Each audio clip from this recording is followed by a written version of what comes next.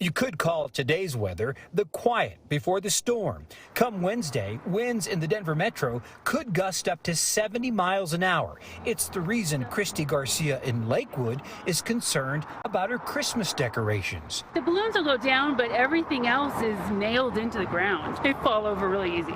A big blast of air is expected in the morning, just as many people are heading to work. Then even more and perhaps stronger gusts hit in the middle of the day. The Fox 31 pinpoint meteorologists tell us gusts in some places like Lookout Mountain could hit 100 miles an hour. We have issued a pinpoint weather alert day for tomorrow. We want people to take it seriously. The National Weather Service, which measures damage after storms, told the problem solvers winds of 80 miles an hour are expected on the plains.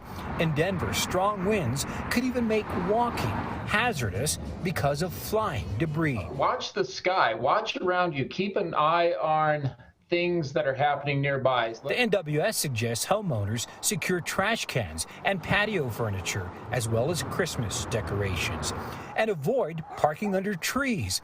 Excel says watch for downed power lines and stay away. The National Weather Service says even biking will be a challenge. Paul Sweeney knows it. If you were riding into the wind, then you'd just be fighting a headwind the entire time. Back at the Garcia home in Lakewood, they're hoping even the strongest of dragons and snowmen can weather the wind.